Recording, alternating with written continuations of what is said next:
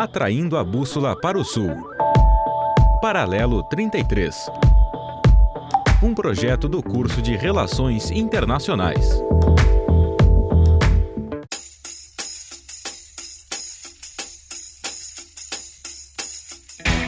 Olá, você está ouvindo Paralelo 33, na Rádio UniFM 107.9 e também no Spotify.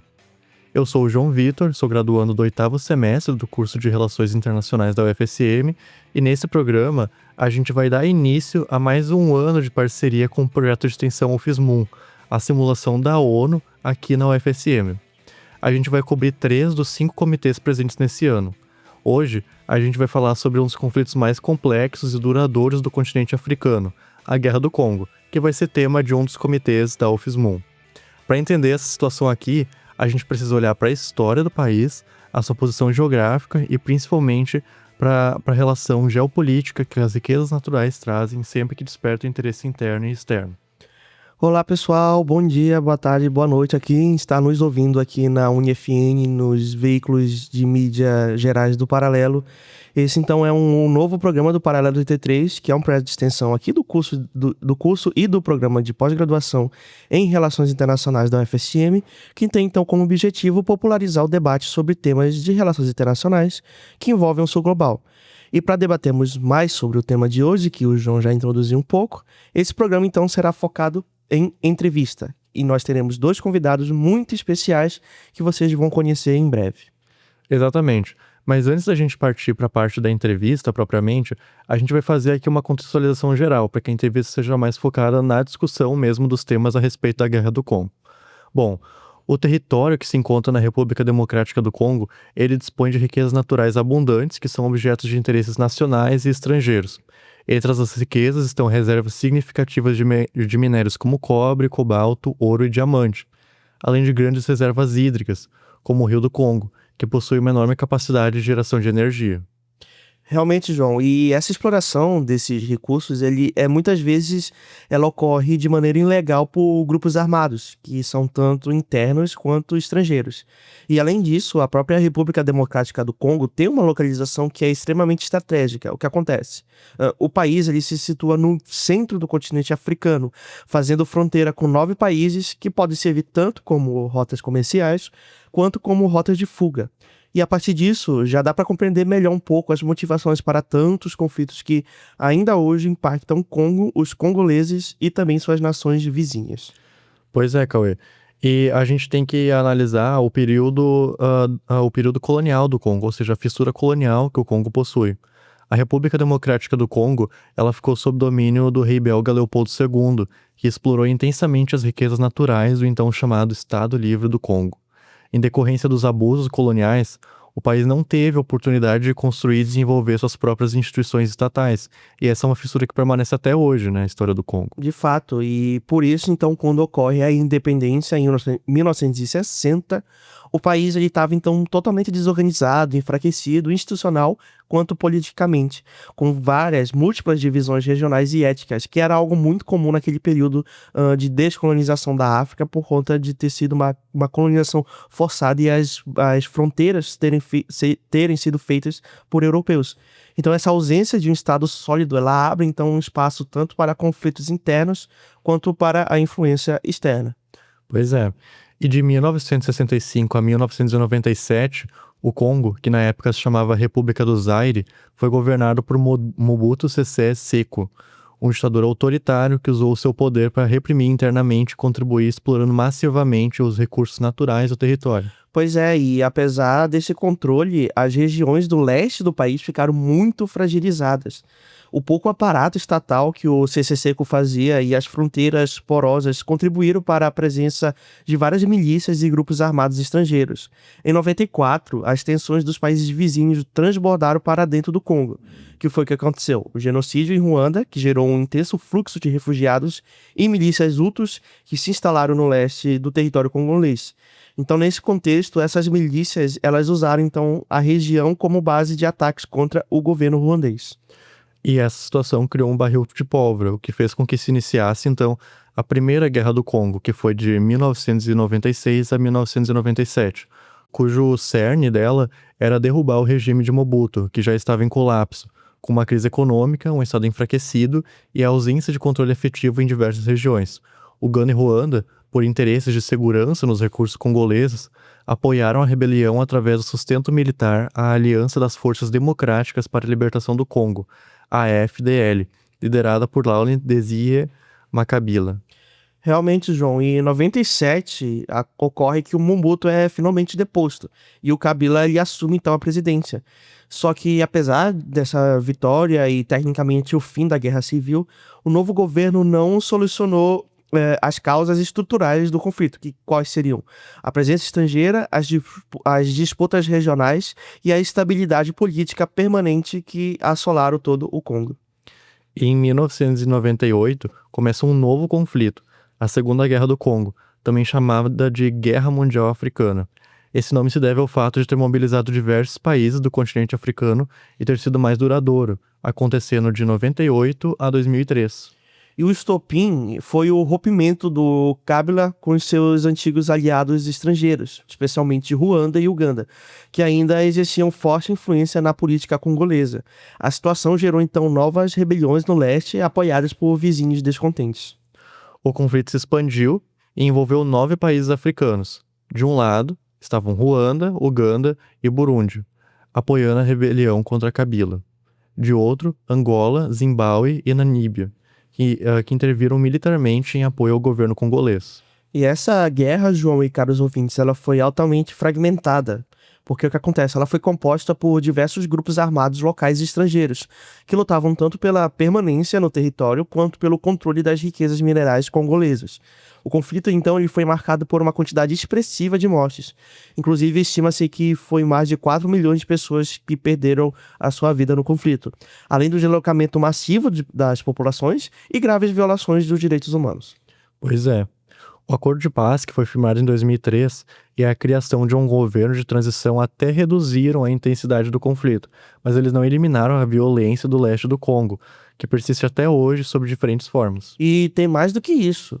Em várias ocasiões, as decisões aprovadas pelos organismos internacionais, mais notavelmente a ONU, e o Conselho de Segurança, que é da ONU, mas também tem envolvimento tanto da União Africana quanto a SADC, que é a Comunidade para o Desenvolvimento da África Austral, elas não foram, de certa forma, coordenadas. Porque o que acontece? Existe um certo nível exacerbado de sobreposição no que diz respeito às resoluções, muito por conta das questões envolvidas do direito internacional e como fazer essa aplicação das medidas. E essa falta de medidas coordenadas, ela não colaborou para trazer uma estabilidade para o país, muito pelo contrário.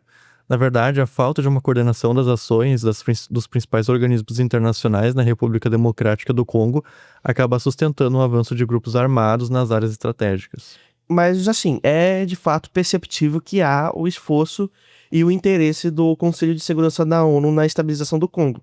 Só que tem muitas questões que o próprio Conselho não consegue abordar, deixa de lado ou acha que pode ser desinteressante. Porque o que acontece?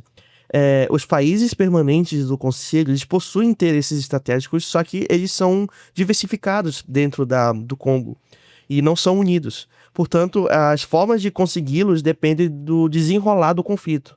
E aí isso acaba que coloca em dúvida até mesmo qual é a real vontade de alcançar uma solução pacífica. Ou seja, se existe realmente um interesse em alcançar a paz por austral, por pura e simplesmente vontade de ter paz, ou se a paz é vinda de alguma vontade interna que não está sendo dita naquele momento.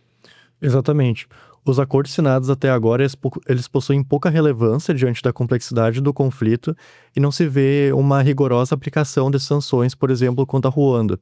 A gente tem, por exemplo, o caso de um acordo que foi assinado em Washington com Ruanda, um acordo de paz, e se parece, no entanto, que é um acordo muito formulado em questão dos Estados Unidos explorarem as riquezas naturais do Congo. De fato, e vale lembrar também, pessoal que está ouvindo, que a Primeira e a Segunda Guerra do Congo, elas tiveram características distintas em relação às guerras anteriores. O que é que acontece? Após a independência, o país ele mergulha numa crise econômica e política profunda, só que não foi algo exclusivo do Congo em si, mas sim de uma grande parte dos países africanos que conquistaram suas independências nos anos 60. Exatamente. E na busca pela construção de um aparato estatal rígido, o Congo, sob o regime do Kasa-Vubu, enfrentou uma onda secessionista na província de Katanga, o que permitiu consolidar o território que hoje conhecemos como República Democrática do Congo. Nesse período, o país tinha apoio significativo dos Estados Unidos, sendo um dos poucos do continente a não se alinhar ao movimento dos não alinhados. Pois é, João, e já a partir desse princípio, já falando um pouco já nas guerras do pós-Guerra Fria, esse cenário ele muda completamente. Por quê? O que acontece? Primeiramente, o continente africano ele perde o seu valor estratégico para as grandes potências, porque o apoio externo já não tinha a mesma intensidade dentro de uma questão ideológica política de Guerra Fria, entre uma briga entre Estados Unidos e União Soviética para ter basicamente o domínio ideológico maior dentro do mundo. E aí, segundo, os conflitos eles passam a ter um caráter muito mais regional, no sentido de ser guerras civis internas, o que resulta uma porosidade das fronteiras africanas, e até mesmo, então, tendo conflitos não só de guerras civis, quanto esses conflitos fronteiriços, que acaba que não é muito interessante para as grandes potências se envolver nisso por questões econômicas, por questões políticas, e acaba por ter uma projeção muito maior em quesito de questões relacionadas à Europa. Vale lembrar que no mesmo período, no pós-Guerra Fria, estava tendo conflitos no leste europeu, que foi chamada a atenção tanto para países, por exemplo, como a OTAN, que interviu diretamente, só que na África não tinha essa mesma vontade, porque, como foi falado, não era tão mais importante ideologicamente, politicamente, quanto que no leste europeu ainda existia algum tipo de espírito perto da Rússia. Pois é, e talvez durante esse período onde aconteceram esses conflitos no continente africano, talvez a principal característica tenha sido o envolvimento indireto de potências e de países vizinhos, por meio do que a gente costuma chamar de guerra proxy, que seriam guerras de procuração.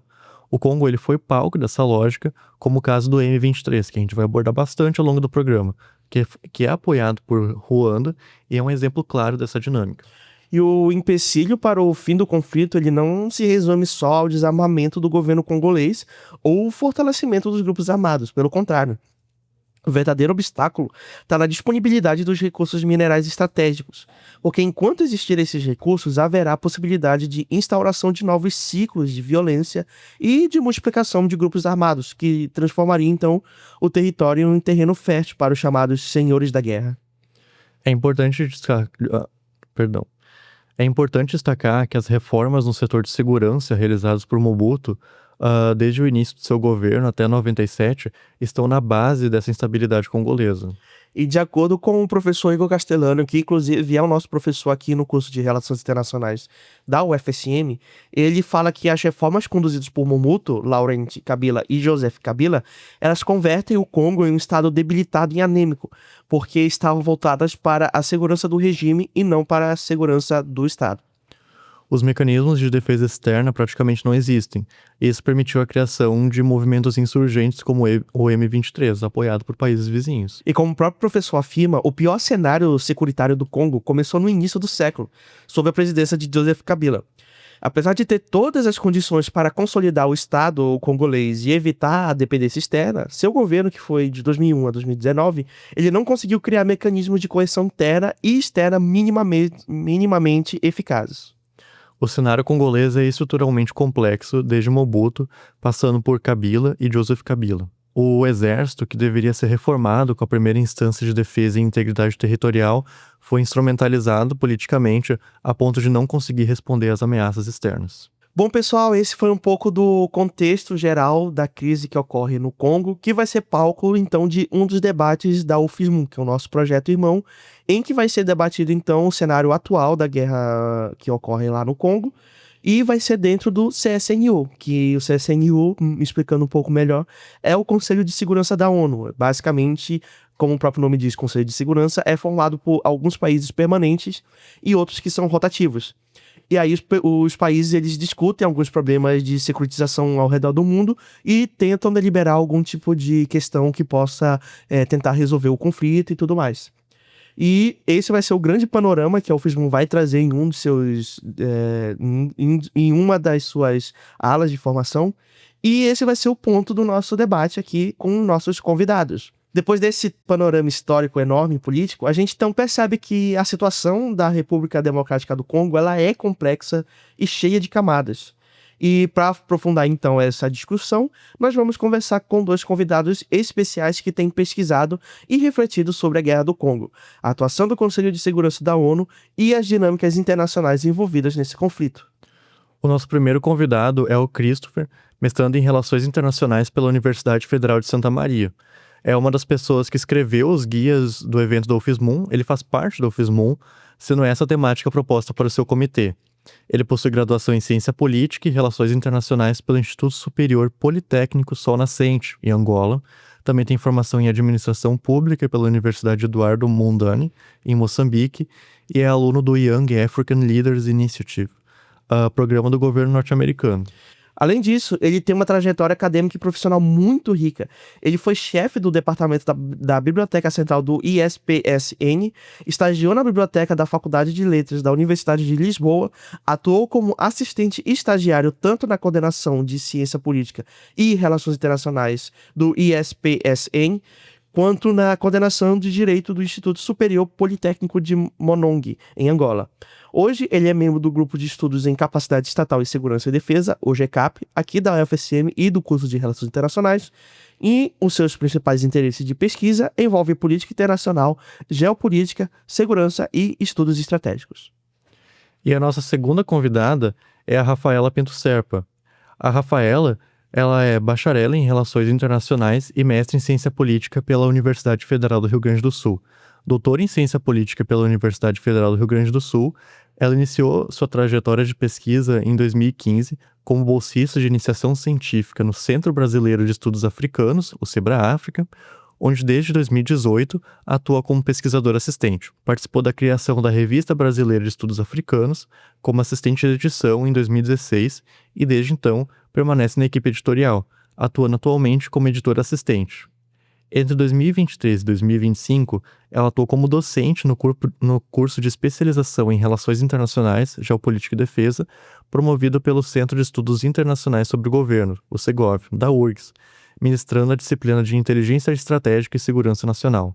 Atualmente, ela realiza estágio pós-doutoral, ou seja, é uma pós-doutoranda no CEBRA-África, vinculado ao programa de pós-graduação em Ciência Política da URGS, e ao projeto Prodefesa, voltado à análise de segurança e defesa da África e de suas implicações para o entorno estratégico brasileiro.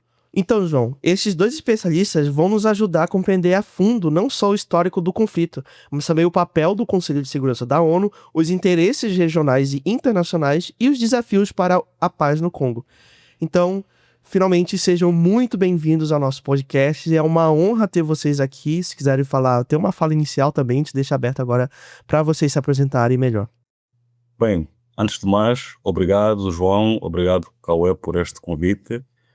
É sempre um prazer, por acaso é a minha primeira vez a fazer parte do Paralelo, na qual me sinto lisonjeado. Quero saudar a todos e a todas, a depender do fuso horário, e saudar de forma especial a minha colega de painel, a Rafaela, que é digamos, reencontro. Conheci ela no princípio do ano, no CEBRA-África. Então é um prazer enorme estar cá consigo novamente.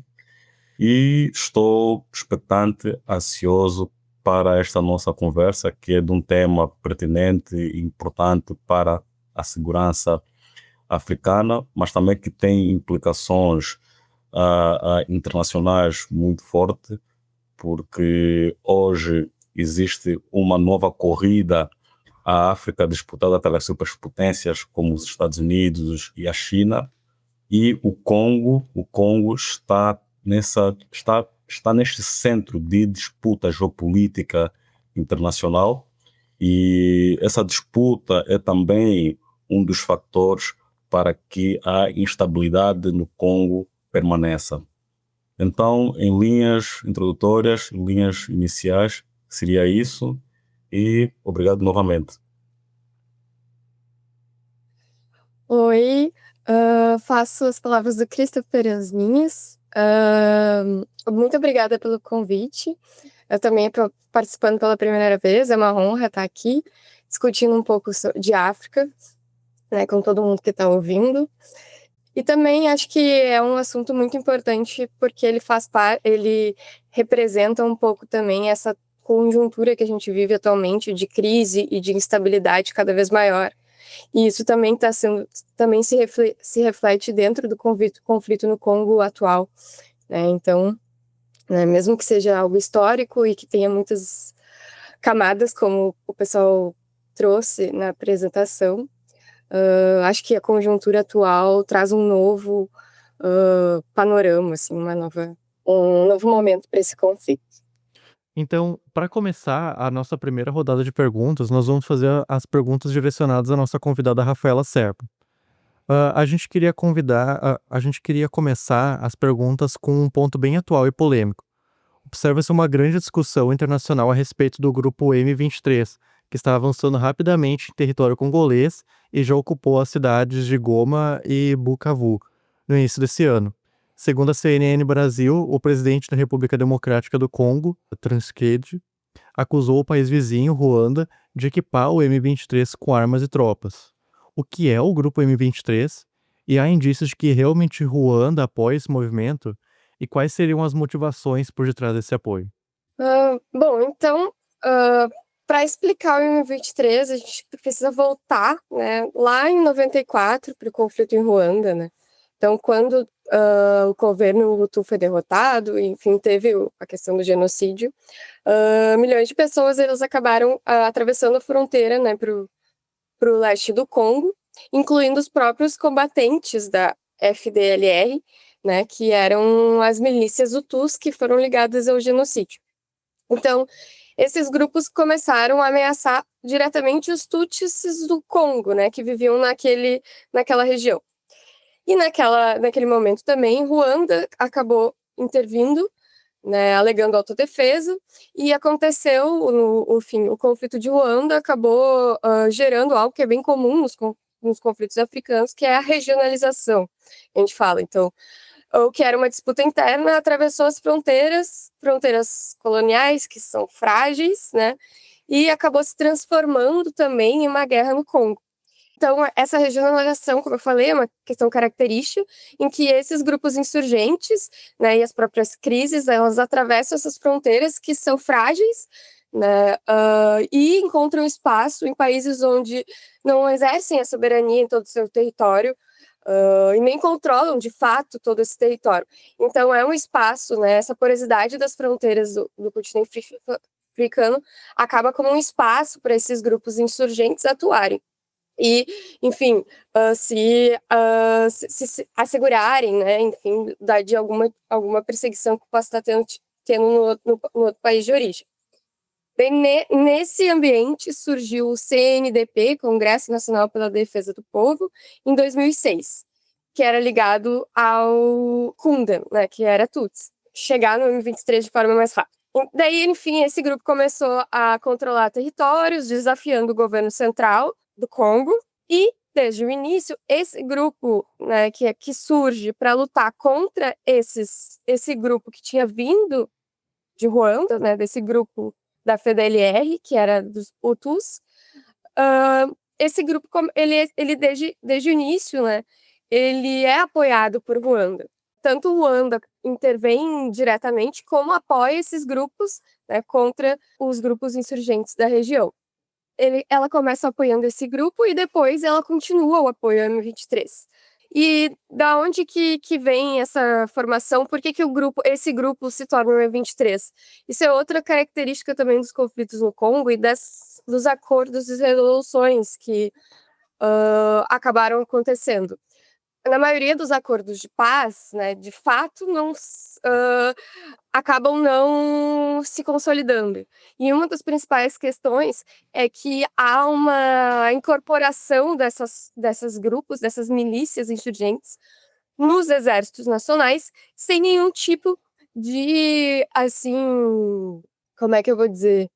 De reestruturação ou de tentar submeter, de fato, essas milícias, né, a uma centralização, né, daquela força.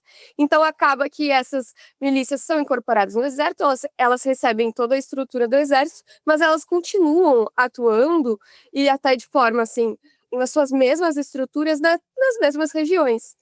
Então, o que aconteceu? O próprio líder do CNDP, ele tinha sido incorporado no exército do Congo em 2003. Aí ele conseguiu armas, né, conseguiu reunir de novo e depois se desvinculou do exército e criou o CNP.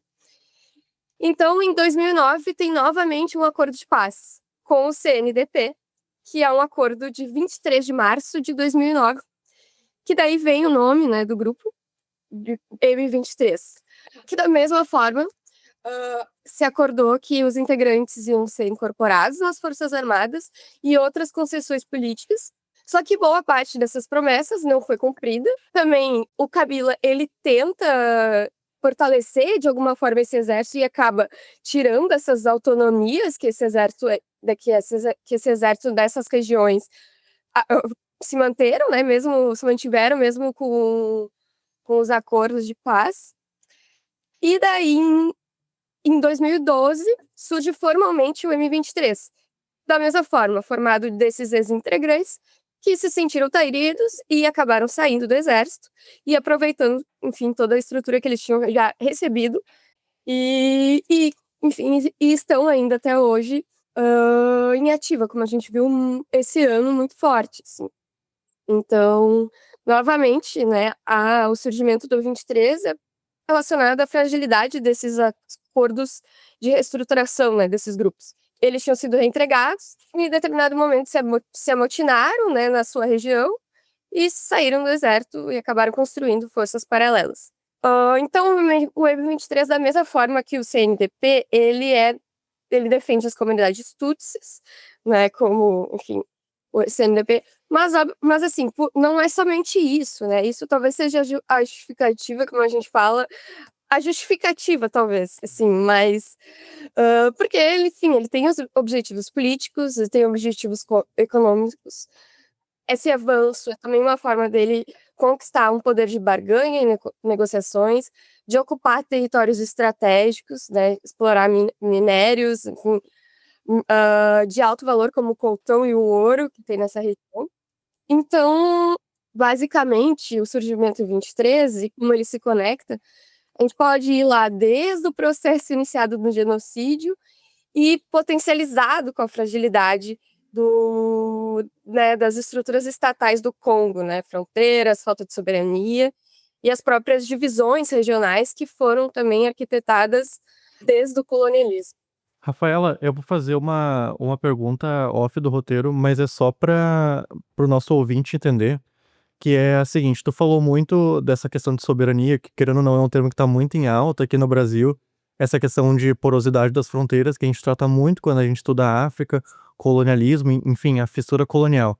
Eu queria que tu conseguisse, para relacionar de uma forma muito didática para a gente, como esse fato da falta de soberania, da porosidade das fronteiras se relaciona com essa questão das Forças Armadas e do uso da força, e aí o surgimento desses grupos paramilitares na África. Então, o professor Igor aí de Santa Maria, ele trabalha muito isso, assim, essa questão das capacidades das forças militares na questão do Congo, que a gente, por exemplo, vou trazer o exemplo do Brasil, né? A gente, né, tem soberania sobre o território, isso a gente não discute, assim como não deveria se discutir outros, mas a soberania, ela é mais do que algo que está acordado em um documento, né? Eu acho que isso é importante, né?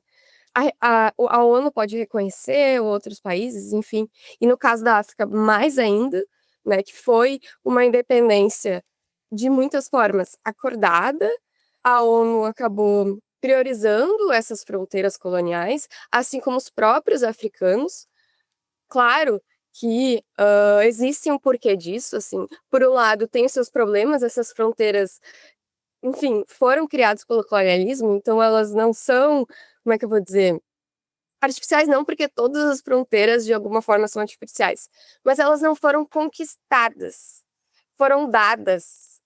Então, a falta de soberania até esses espaços é exatamente isso. Esses estados, eles não têm capacidades, e aí a gente está falando de própria capacidade mesmo militares, de ter um controle, de fato, de todo esse espaço, né? Então, o Congo, que é um país gigante, né, quando da independência, todas essas estruturas e instituições tinham que ser criadas. E tinha um território gigantesco, né, que foi acordado que ia ser deles e que eles tinham a soberania. Então, para conseguir de fato chegar com as instituições, com a segurança, com outras, até com questões básicas, como levar a estrutura do Estado, né, para todas essas regiões, isso precisa de um investimento, isso, né, é algo que não é fácil, assim, e em meio à questão da Guerra Fria, em meio o subdesenvolvimento e as dependências internacionais que se mantêm. Então, é um processo de construção do Estado diferente do que a gente viu, por exemplo, na Europa, enfim, até no Brasil. Então, é um pouco essa ideia que a gente fala de...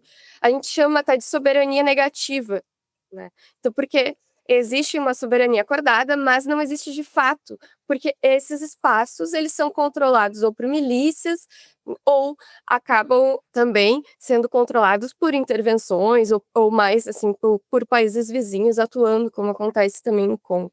E eu acho que a questão da porosidade, trazendo um exemplo do Brasil, por exemplo, a gente sabe o que é a Amazônia, e a gente sabe como é muito difícil controlar toda aquela fronteira da Amazônia, né? Mesmo com um exército do Brasil muito mais capacitado e desenvolvido. É muito grande, é um espaço assim de difícil circulação, né? Com poucas pessoas, né? Com pouca população, mesmo, né? Com uma capacidade estatal muito maior. O Brasil também tem dificuldades. A gente sabe que passam ali, que tem a questão do tráfico, que tem várias questões relacionadas a essa questão da fronteira. A questão própria ecológica, né, do desmatamento. Então, é nesse sentido também que a gente vai falar disso nas fronteiras porosas, né? Nesse sentido que ali acabam tendo uma passagem né, de vários, tanto de questões ilícitas, mas também de pessoas, né, e desses grupos que não se tem nenhum controle pelo Estado. Muito interessante a fala e já puxando também gancho para a nossa próxima pergunta, tu já comentou um pouco sobre a questão da ONU, né, sobre como ela atua dentro do Congo, né, e a gente sabe que a ONU já tem um histórico de atuação, na República Democrática do Congo, não é recente, desde a sua fundação, né, em 1960, quando o Congo ele sofre então a sua independência, a ONU já está envolvida já em questões internas do país. Tanto é que em 14 de julho de 1960 é quando o Conselho de Segurança da ONU ele aprova então a resolução 143 que autoriza medidas para apoiar o governo congolês, incluindo a retirada de tropas belgas do país, que era até então colônia, né, da Bélgica, e assistência das Nações Unidas. Aí surge então a primeira missão, que é a ONUC, que é a Operação das Nações Unidas no Congo, e é uma das primeiras missões de paz, inclusive, com capacidade militar significativa da ONU. Então a gente já nota que a ONU sempre teve muito em volta da questão relacionada ao Congo. E mais recentemente, a gente está vendo algumas notícias que falam que, entre idas e vindas, a questão da permanência da ONU no país, ela está agora em xeque, porque, se eu não me engano, há um pedido do governo congolês que a ONU deixasse o país, e aí já está em processo de retirada gradual até o fim, era até o fim de 2024, né? Então acredito, não me acompanhei mais se houve toda a retirada mesmo. Só que, claro, a ONU ela pretende manter então presença por meio de agências humanitárias e mecanismos diplomáticos, ainda assim dentro do país, no caso, só saindo a missão, que é a missão MONUSCO, que é a missão mais recente da ONU no país. Dado esse aparato todo, então, de que desde a sua fundação até os dias atuais, a ONU tá permeando toda a questão interna e externa do país, como a gente poderia analisar, então, os principais impactos dessa interferência de uma organização internacional no país como o Congo? De forma geral, 2 pontos, né, que eu queria trazer, e eu acho que é uma característica do Congo, que as grandes potências acabam terceirizando, né, a atuação direta no Congo. Isso acontece no colonialismo, que acaba que Bélgica e, enfim, o rei e depois a Bélgica, eles acabam tendo controle sobre o Congo, e depois quem é o principal ator, né, diretamente atuar vai ser a ONU, né, no pós-independência. Mas então, o Congo ele recebeu 3 operações da ONU. A primeira, como vocês introduziram, foi a ONUC, lá em 1960, para, enfim, ajudar no processo de independência e também para proteger o próprio Lumumba, o que acabou não tendo sucesso, então já é um problema já lá desde a primeira. Depois teve a MONUC, de 99 a 2010, que atuou no contexto das guerras do Congo, né, mais diretamente, e desde 2010 a MONUSCO, né, que ainda está ativa nesse processo de encerramento, né, se a gente pode dizer. Então, se a gente for olhar, são cerca de 30 anos de missões da ONU no Congo. E a MONUSCO não é só, né, mais uma missão, ela é a missão mais cara já realizada, né, da ONU. No auge, teve 22 mil militares da ONU atuando, né? O orçamento anual gira em torno de US$ 1 bilhão. E se estima que desde a criação já tenha sido gastos US$ 26 bilhões. E essa missão também, ela teve uma característica forte de uma militarização, né, maior, né, nesse processo de evolução, né, das operações da ONU. Em 2003 foi criada uma brigada de intervenção, né, então foi a primeira unidade da ONU autorizada a realizar ofensivas militares diretas contra os grupos armados, próprio M23, e isso também transformou a lógica da missão, como transformou a própria atuação da ONU, que ela acabou também se tornando uma parte daquele conflito, né. Isso daí já é outro grande debate dentro da ONU e uma crítica sobre a evolução das missões de paz. Mas eu acho que a crítica central, mais do que essa questão, é que enquanto bilhões, né, são gastos com tropas estrangeiras, as forças armadas congolesas continuam frágeis. O Estado, todo esse dinheiro, né, podia ser usado, né, para o Estado congolês desenvolver capacidades próprias, né, para, enfim, capacitar o seu exército para que o seu exército consiga atuar e não continuando dependente de forças externas para essas questões. A própria diminuição dessa operação também deu força para o M23 hoje estar aumentando, né, nesses últimos anos ter aumentado a situação. Então, de forma geral, a ONU ela militarizou a presença, né, aumentou sua presença e tal, nesses 30 anos, mas ela não atuou nas causas profundas dessa instabilidade, atuou como né, remediando a situação e não, de fato, procurando solucionar esses problemas da questão da soberania e da capacidade do exército. Inclusive, uma das críticas também que é feita é justamente essa questão da passividade, né, da ONU, em essa relutância, então, de usar uma força real para conter os rebeldes e proteger os civis em tempo hábil também. Eu acho que isso eu acho que isso é crônico, talvez, das missões de paz da ONU de forma geral, porque a ONU já teve várias missões de paz em vários países da África. Lembro agora, por exemplo, de Ruanda, e aí também sofreu muito e acredito que acabou não sendo tão bem sucedido assim, e fazendo um parâmetro assim da utilização então das forças de paz, dos capacetes azuis e enfim, a força geral da ONU nos países da África, assim, eu acho que o balanço ele pesa mais para o negativo do que para o positivo. Então, como é que a gente pode refletir essa questão para que haja uma efetividade de fato, porque a gente sabe que atualmente a ONU sofre uma crise tanto de legitimidade quanto de funcionamento interno. Essas questões mais externas envolvendo ações militares, ações de paz, etc., elas sempre entram em xeque, em qualquer ação da ONU é sempre colocada em xeque. Então, tratando dessa questão de legitimação, de melhor funcionamento, como é que a gente poderia analisar, então, tipo, um formato que seja muito mais, pelo menos aos olhos da gente, aos olhos dos estudos, enfim, das pesquisas, mas não só isso, mas também para os olhos do povo congolês, assim como todo o povo africano que possa receber algum tipo de missão de paz, como é que a gente poderia analisar numa uma função muito mais ativa, não só ativa, mas também numa função muito mais de ter realmente consequências positivas para uma verdadeira manutenção da paz? Como é que a gente pode analisar a partir mais dessas questões negativas do que positivas, para talvez uma nova reformulação do uso da ONU e dos capacetes azuis? Sim.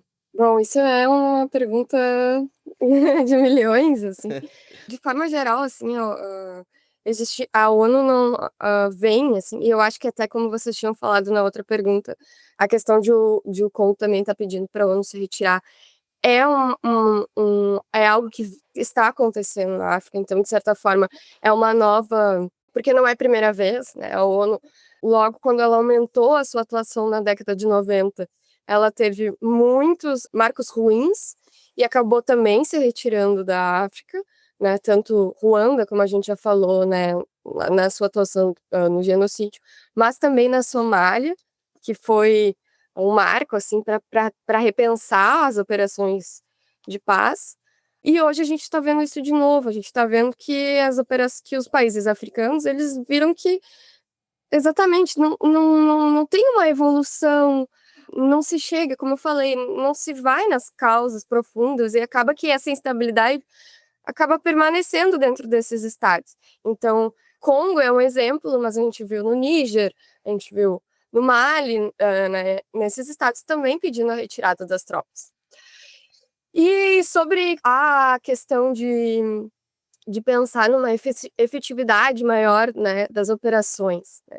Lá na década de 90, a evolução que teve a partir enfim, do relatório Brahimi e tal, foi uma maior militarização mesmo da operação, né, de ela ser mais impositiva e não, né, exatamente pela questão que ocorreu em Ruanda, né, que foi passiva, mas ao mesmo tempo na Somália foi ao contrário, foi talvez por determinado momento a operação ter se tornado uma parte do conflito de forma muito forte e, enfim, e até se criou um tipo de ação da ONU que eles falam, né, de ultrapassar a linha Mogadíscio, né, Mogadíscio é a capital da Somália, e para eles ultrapassar a linha Mogadíscio é essa, assim, a ONU acabou se tornando parte do conflito, né, então ela estava com uma atuação ativa, mais militarizada.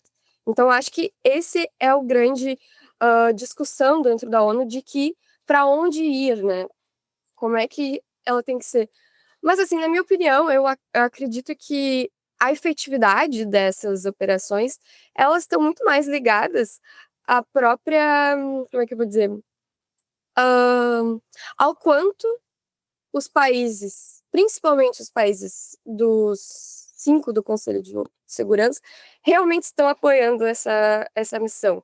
Porque a gente pode falar em milhões, né, e em outras missões que tiveram muito menos e tiveram resultados melhores, né.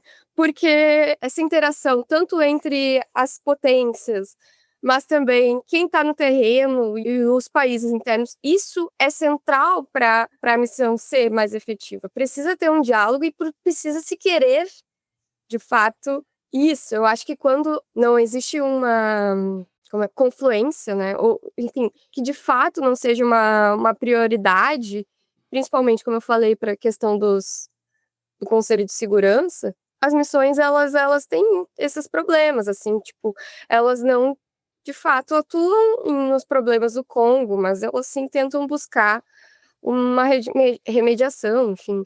Ela acaba não tendo uma atuação, como é que eu vou dizer, pensando em soluções de longo prazo. E daí isso vai muito mais isso, claro, a questão militar é importante, mas muito mais relacionado à própria construção do Estado e de capacidades daquele Estado, né, e isso vai muito além também só do exército, tu precisa se desenvolver economicamente, como é que tu vai ter esse processo de desenvolvimento, né, se ao mesmo tempo junto com a ONU vem outras diretrizes ligadas ao próprio funcionamento econômico, como é que vai ser a questão dos recursos, né, que é fundamental para a gente pensar no desenvolvimento desses estados, se, né, tem, enfim, Então é mais do que é muito complexo. Eu acho que a estrutura da ONU e o que a ONU, enfim, foi pensada, se a gente pensar a ONU é uma organização criada em 1945 exatamente como reflexo daquela ordem e enfim, daquilo, e ela até hoje ela reflete aquela ordem. Então, o que a gente percebe, eu acho que é um pouco que os teóricos de RI falam bastante, é que essa, talvez, ineficácia dela e desatualização é um reflexo de como ela está desatualizada exatamente porque aquela ordem não existe mais. Então, isso acaba freando, né, a própria capacidade dela atuar relacionado aos outros atores, né, relacionado aos países como o Congo, como o Níger, enfim, no caso, como o Mali, eles não estão aceitando mais esse tipo. Não, eu quero outro, eu quero que você saia, porque eu quero pensar em outras alternativas. Nesse sentido, acho que é uma questão também mais profunda, né, de o que é a ONU, enfim. Perfeito, Rafaela. Eu acho que tu estabeleceu essa problemática que é bastante complexa muito bem. E aí eu vou pegar o gancho da tua resposta para fazer a próxima pergunta direcionada ao Christopher. É a seguinte, a gente estabeleceu aqui conversando com a Rafaela dessa problemática da ONU, enfim, representar uma ordem que não existe mais, que é antes do momento da descolonização, enfim. E uma das principais problemáticas é também o Conselho de Segurança da ONU, que é muito engessado, né? São cinco membros permanentes que têm poder de veto, e os outros, basicamente, a voz deles é menos expressiva. Enfim, eu queria saber, com relação ao conflito do Congo, que a gente viu que uma missão de paz praticamente é encaixada na outra, e que não tem, de fato, uma solução do conflito, ao mesmo tempo é um dos conflitos mais caros aí para a ONU estar estabelecendo uma missão de paz. Eu gostaria de saber, então, quais são os interesses do Conselho de Segurança para atuar no conflito e quais são as medidas de fato e por que elas são tão problemáticas que o Conselho utiliza para tentar acabar com os conflitos no Congo. Bem, inicialmente eu quero dizer que o Conselho de Segurança da ONU tem, digamos, vários interesses no conflito do Congo, não é? E só o facto de se ter feito esse, digamos, trajeto histórico da presença de várias missões da ONU no Congo, desde os anos 60 até então a missão atual, a missão MONUSCO, não é? Reflete precisamente que existe este interesse do Conselho de Segurança da ONU. Acontece que a atuação da ONU no Congo, ela é problemática, ela é complexa e, por acaso, a presença da ONU no Congo também tem servido como digamos, laboratório da própria ONU e dessas missões da ONU, de como elas devem ser implementadas ou de como elas devem tentar resolver o problema da segurança e da paz no mundo. Falo isto por quê? Porque em 2013 o Conselho de Segurança da ONU aprovou a, a resolução 2090 que, que pela primeira vez formalmente autorizou a ONU a usar força letal, não é? Porque até então as diversas missões da ONU eram missões de garantia da paz. Não, os capacetes azuis não tinham autoridade, não tinham mandato para poder usar a força letal. E no Congo, nós vimos isso em 2013. E por acaso houve assim resultados naquele momento que foram positivos, porque a missão da ONU, juntamente com as forças de defesa e segurança do Congo, conseguiram derrotar, aqui falo derrotar, entre aspas, o movimento M23, não é? Mas hoje, em 2021, este movimento a ressurgir levanta novamente essa questão, levanta novamente este debate se de facto uma força mais robusta militarmente seria uma solução, seria uma resposta eficaz para os problemas de segurança que nós temos vindo a ver a nível mundial e sobre o papel dessas missões de segurança na garantia e manutenção da paz ao nível internacional. olhando para esse histórico, não é? Hoje nós podemos falar que de fato não é realmente eficiente. Quanto nós mais temos uma força militarmente robusta, não acaba por si só ser a resposta devidamente eficiente para estes tipos de situações. E eu aqui queria acrescentar naquilo que foi dito pela Rafaela, não é? Esses problemas complexos, muitos deles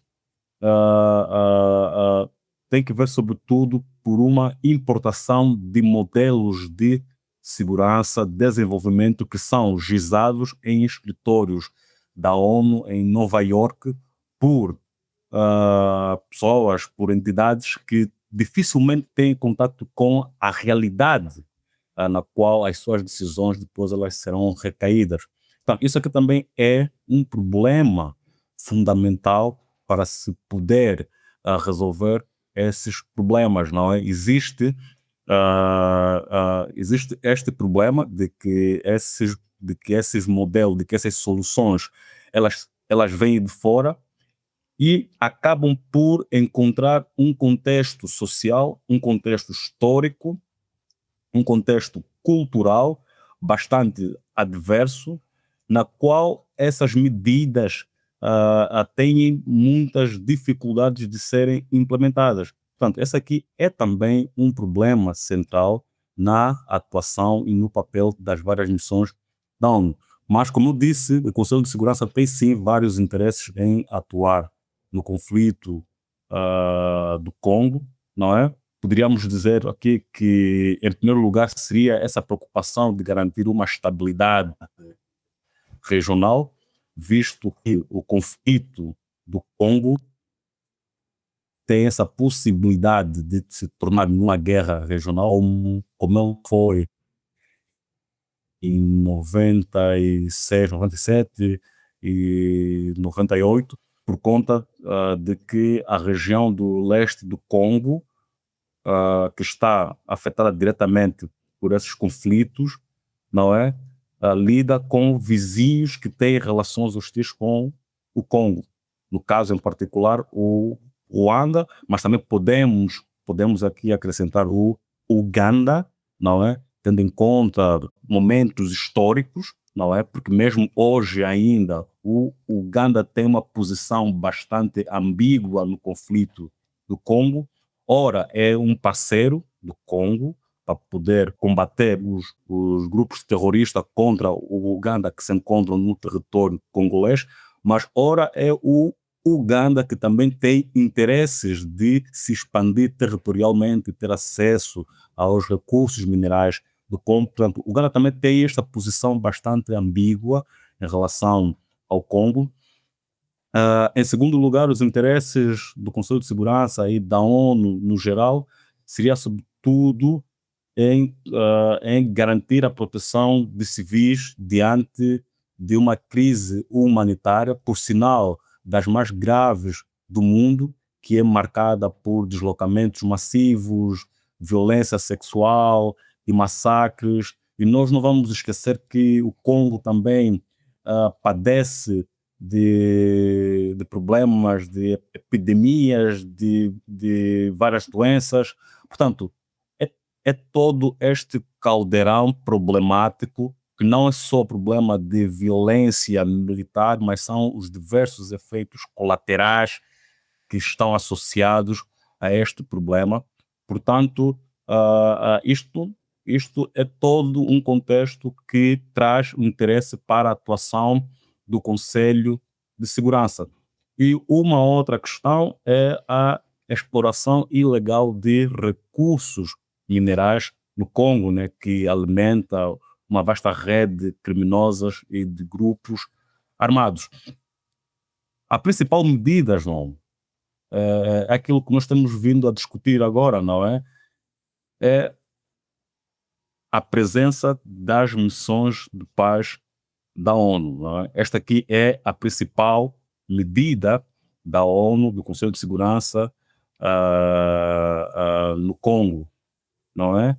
Mas nós também falamos que a comunidade internacional deveria ter aqui a coragem quer seja a partir do próprio Conselho de Segurança, porque o Conselho de Segurança, além de enviar missões de paz, pode aplicar sanções, né? Pode fazer embargos a certas individualidades, sanções, embargos a certos recursos, e em muitos casos, um dos principais embargos tem sido para armas, não é? Então, existe todo um leque de ferramentas que a ONU, o Conselho de Segurança, tem à sua disposição para se poder aplicar no contexto do conflito do Congo. Mas aqui a principal medida é sobretudo, as missões de paz.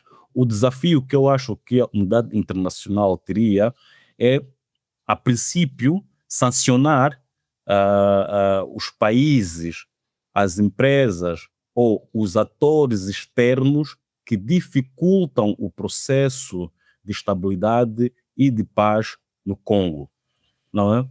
A própria ONU elaborou um relatório feito por especialistas que trouxeram provas de que o Ruanda tem apoiado o M23 e, a partir deste financiamento, tem tido acesso a recursos naturais e, a partir daí, o Ruanda comercializa esses recursos no mercado internacional. Portanto, há uma certa hipocrisia de um lado, mas também há uma certa cumplicidade da comunidade internacional em permitir que este conflito continue, porque se sabe realmente quem são os atores externos que alimentam essa instabilidade no Congo. Portanto, é essa coragem que eu acho que a comunidade internacional, a ONU, o Conselho de Segurança deveria ter, não é? Ter uma mão mais pesada, sobretudo para países como Ruanda, para empresas ocidentais que atuam, não só ocidentais, mas também temos empresas chinesas atuarem no Congo, no mercado ilegal, de forma ilegal, tendo acesso a esses, digamos, recursos que posteriormente eles são colocados no mercado internacional. Deveria-se fazer o mesmo processo que se fez com os famosos diamantes de sangue, o processo de Kimberley, não é? Procurar codificar, taxar de onde vêm esses produtos, e aqueles diamantes que têm esse selo de sangue deveriam entrar, não é, nessa vigilância, neste controlo, de forma a mitigar que, a partir das fontes, se alimente ainda mais esses conflitos. A nossa posição é esta, não é? Nós diríamos que sim, o Conselho de Segurança tem um grande interesse sobre o conflito do Congo, porque é um conflito que pode se tornar regional, pode arrastar os países vizinhos, é um conflito que acarreta graves violências a civis, não é? É um conflito que pode proporcionar crises humanitárias enormes de diversas dimensões, em diversos domínios, não é? E a principal medida é, sobretudo, as missões de paz da ONU, que são essas missões complexas, não é? Que de alguma forma também elas vão perdendo legitimidade, porque elas acabam por não atuar de acordo aos princípios que se espera em que elas atuem. Existem relatórios de soldados da ONU, denúncias, não diria relatórios, mas sobretudo denúncias de soldados da ONU que acabam por cometer também violência e que acabam por estar envolvidos neste tráfico ilícito de recursos naturais. Então, toda essa conjuntura acaba por também fragilizar a presença das missões da ONU na região do Congo. Mas, sobretudo, a principal medida da ONU, não é? É a presença de missões de paz no Congo, mas a ONU, o Conselho, tem outras ferramentas, não é? Pode se dotar de sanções específicas, como embargos de armas e congelamentos de bens contra líderes de grupos terroristas e de redes de contrabando de minerais. E essas sanções poderiam ser aplicadas especificamente para aqueles atores externos, não é, que inviabilizam o processo de estabilidade e de segurança da ONU, porque muitos desses atores são conhecidos e são conhecidos pela própria ONU, não é? Como é o caso do Ruanda, em que existe um relatório específico que mostra a, a participação e a envolvência do Ruanda no processo de conflito do Congo. Então, Christopher, pelo que dá para perceber pela tua pergunta, enfim, para além desse fator das Forças Armadas e da capacidade estatal, tem um fator humanitário envolvido no conflito e do qual as grandes potências elas muito se interessam por isso. Eu estaria correto nessa minha afirmação? Sim, sim, sim, sim, claro. Pelo menos nós acreditamos que há este interesse humanitário, não é? Pese, embora na prática pode ser bastante discutível como é que a ONU atua para a garantia de proteção de civis, mas, a princípio, os principais mandatos das várias missões da ONU é a garantia de proteção, salvo este mandato de 2013 que eu fiz menção, em que a missão da ONU teve esta característica de imposição da força, né, fazendo uso da força letal para poder se impor a paz, mas no geral, a principal característica das várias missões da ONU é a proteção e a garantia dos civis. Agora, na prática, como isto funciona, não é? É que pode ser sim discutível, não é? É o que nós falamos, existem denúncias que vão deslegitimando o papel da ONU no território congolês por conta da atuação de diversos soldados da ONU que vão contra este princípio da garantia de proteção de civis. Mas este é sim um dos interesses que a ONU procura acautelar no Congo, até porque uma guerra no Congo, não é? A princípio é que iria criar uma crise humanitária, não é? E desta crise, inicialmente, um dos problemas seria abarrotar os países vizinhos, não é? Por conta de pessoas que queriam se deslocar, a princípio, aos países vizinhos. Angola, historicamente, tem sido um dos países que mais recebe pessoas vindas do Congo, 2.000 quilómetros quadrados, não é? O Ruanda, o Burundi, o Uganda, também são países vizinhos que estão suscetíveis a esses problemas da crise humanitária, e sem contar que a partir do Congo também nós podemos ter um problema de uma epidemia mundial, ou pelo menos regional, que pode ter proporções mundiais. Nós vimos a Covid, então não podemos ficar de alguma forma descansados em relação a isto. O ébola, ela se espalhou fortemente dentro do Congo, e num contexto como este, não é, de instabilidade, de fragilidade estatal, de déficit de estrutura e capacidade do Estado, um vírus com uma grande proporção de se espalhar facilmente num contexto de violência, acaba por ser um alarme, acaba por ser uma preocupação mundial. Então, eu acho que essas condições fazem com que a ONU tenha uma atenção sobre o conflito do Congo. Pese, embora, e aqui também tem muito a ver com o conceito de agenda setting, como determinados conflitos, de como determinadas agendas globais têm tido mais destaques ou não em relação aos outros.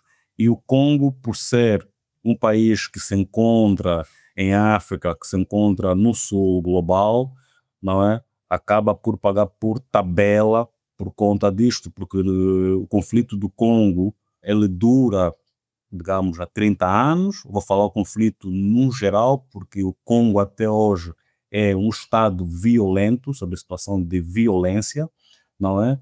Mas poucas vezes a gente ouve nos, digamos, noticiários internacionais, na mídia, o que está-se a passar no conflito ou digamos, o que está acontecendo no Congo, não é? O Congo não teve a mesma campanha midiática que teve o conflito ucraniano, não está a ter a mesma campanha mediática que tem o conflito israelense.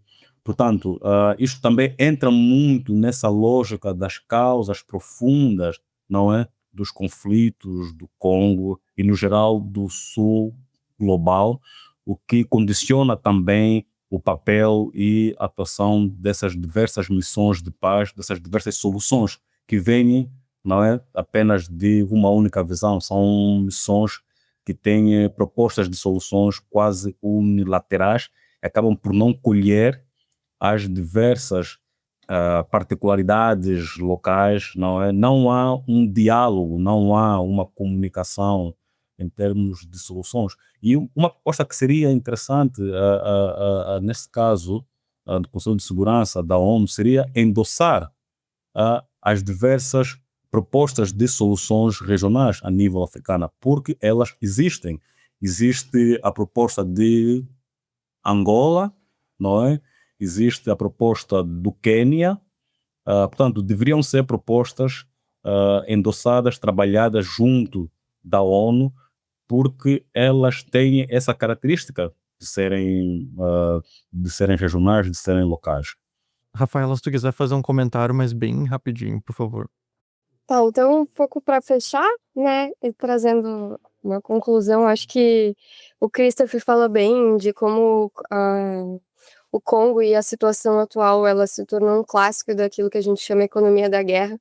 Então, a pilhagem desses recursos, ele acaba beneficiando a todos, tanto os grupos insurgentes, quanto os países vizinhos, como Ruanda, como Uganda, mas também empresas ligadas a as grandes potências, né?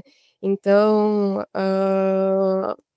de certa forma, a pilhagem e a situação atual no Congo, ela acaba sendo benéfica para muitos setores, muitos atores, né? Então isso também é um projeto, né? E de fato existe uma lógica por trás disso, assim, que é manter o Congo frágil. E eu acho que isso é uma lógica desde o colonialismo, não só com o Congo, mas eu acho que o Congo é um exemplo marcante, né? De enfim, dessa lógica, né, de como um Congo soberano e autônomo, que seria capaz de organizar seus recursos em benefício próprio, isso nunca interessou de fato as potências ocidentais, nem os vizinhos. Enfim, eu acho que a atuação da ONU, ela acaba às vezes refletindo isso exatamente porque ela, né, quem tem as decisões são os membros permanentes, né? Então, esse estado de violência permanente, como eu coloquei, ele é parte, né, de algo que traz muitos benefícios para muitos atores em questão, né, muito mais do que somente as forças, essas milícias que estão nesses espaços. E, enfim, para só colocar a questão finalizar, assim, o papel da ONU, tenho um autor que eu gosto bastante, que ele fala que essas operações atuais se tornaram, na prática, né, uma geopolítica de contenção e vigilância, né, muito mais preocupado em impedir os efeitos colaterais das crises africanas, como fluxos migratórios, como o próprio terrorismo, do que resolver as causas estruturais. Então, na prática, o intervencionista ele substitui a soberania do Estado por gestões tuteladas, tecnocráticas, sem resolver as causas estruturais. E isso mantém, né, esse estado de instabilidade e, enfim, essa situação, né, que, como eu coloquei, tem muitos beneficiários. Quem de fato não se beneficia disso é a sociedade, é a população no Congo. E esse é o grande problema, né, do que a gente está discutindo. Perfeito, Rafaela. Eu acho que tua fala fechou muito bem o programa. Eu gostaria de agradecer imensamente a participação de vocês dois, tanto do Christopher quanto da Rafaela. A gente sabe que é complicado se disponibilizar até tempo. A gente também agradece a rádio com o apoio pela edição e com o suporte. Lembrando mais uma vez que esse programa que está sendo gravado em parceria com o FISMUN, que vai acontecer no dia 10, 11 e 12 de outubro de 2025, aqui, a 5ª edição do nosso FISMUN, do nosso Model United Nations. E esse foi mais um programa do Paralelo T3. A gente espera que vocês, ouvintes, tenham gostado.